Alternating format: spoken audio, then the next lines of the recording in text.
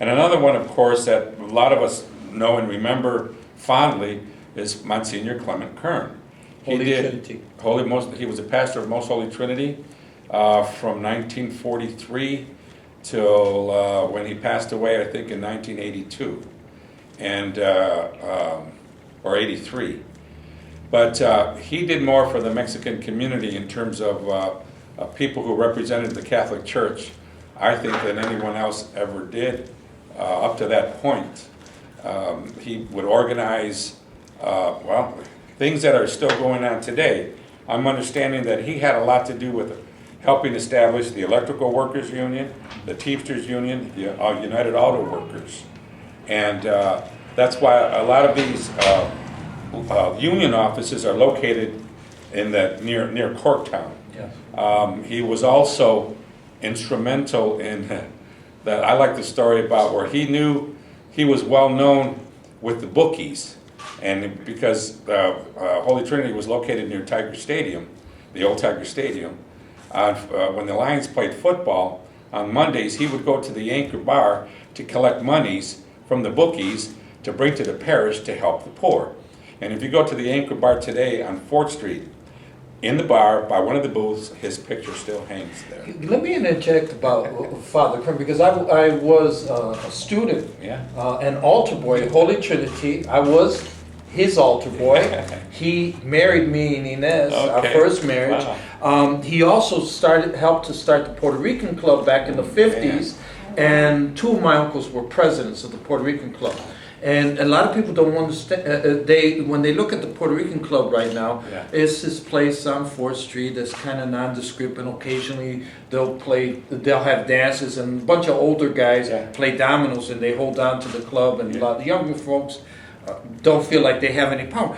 But the Puerto Rican Club was formed because in the early 1950s there was an attack. The Nationalists attacked Truman, and also attacked the Congress. They shot at Lolita Lebron, who actually has a bunch of family members here.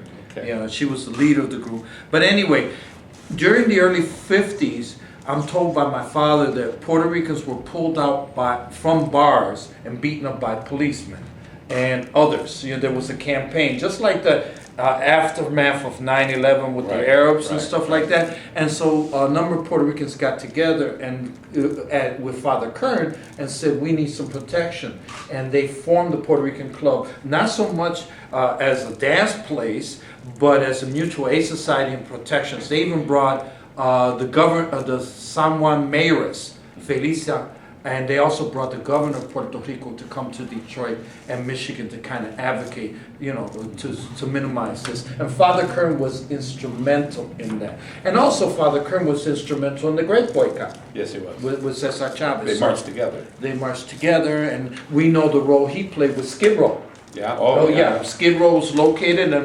I remember being an altar boy, and then right after the Mass, the homeless folks were in line already for food. And clothing. And clothing and the whole thing. And also the Cabrini Clinic, which is credited with being one of the oldest community-based free clinics in the country, was started by Father Kern. Yeah, and that clinic continues today. In the old convent where the nuns used to live, just down the street from the church, that was started by Father Kern, along with the legal clinic, which is still going on in the rectory on Thursday evenings.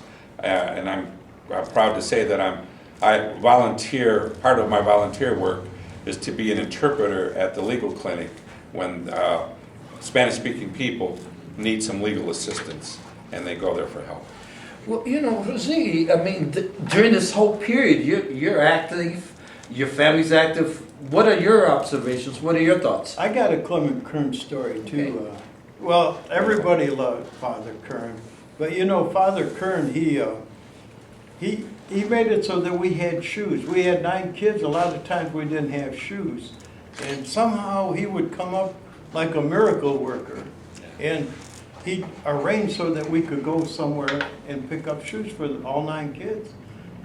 But one time, I remember my mother wanted to make a will, And we didn't have any money to hire a lawyer, but we heard that Clement Kern had free lawyers. So we went down to his office and we were talking to him, and we were doing a little better by then, money-wise, and my mother had a couple extra bucks in her purse. And she said, "Here, Father," she said, "I know you help a lot of people, also at the Howard Street Mission, you know. A lot of people we call bums. The down and out people," she said, "Here's a couple of dollars." And he knew that she couldn't afford to give him a couple of dollars, but he took it and put it in his pocket. And just then, somebody was knocking at the rectory door. And the janitor went over there and he was trying to run the guy out of there. And Father Kern said, "Wait a minute," to the janitor. And so Father Kern ambles over to the door. He reaches in his pocket, pulls the same $2 that my mother just gave him, that we could ill afford to lose, and gives them to the bum. And Father Kern come back, and my mother's jaw must have been on her chest. He says, "I know what you're thinking, Mrs. Gonzalez, but remember, we're all brothers." And it was typical of Father Kern. Later on, when my mother was dying of cancer, he was the only priest that would get into his little old beat-up blue DeSoto and come by and park in front of our house on McKinn Street and come to see my mother before she passed away. And there were a lot of priests from St. Anne's and from Redeemer that wouldn't come. And so he's in our heart. And just like he is in yours and Roberto, as you know, he was just a super person and different than anybody, a unique person. You'll never find another man like you.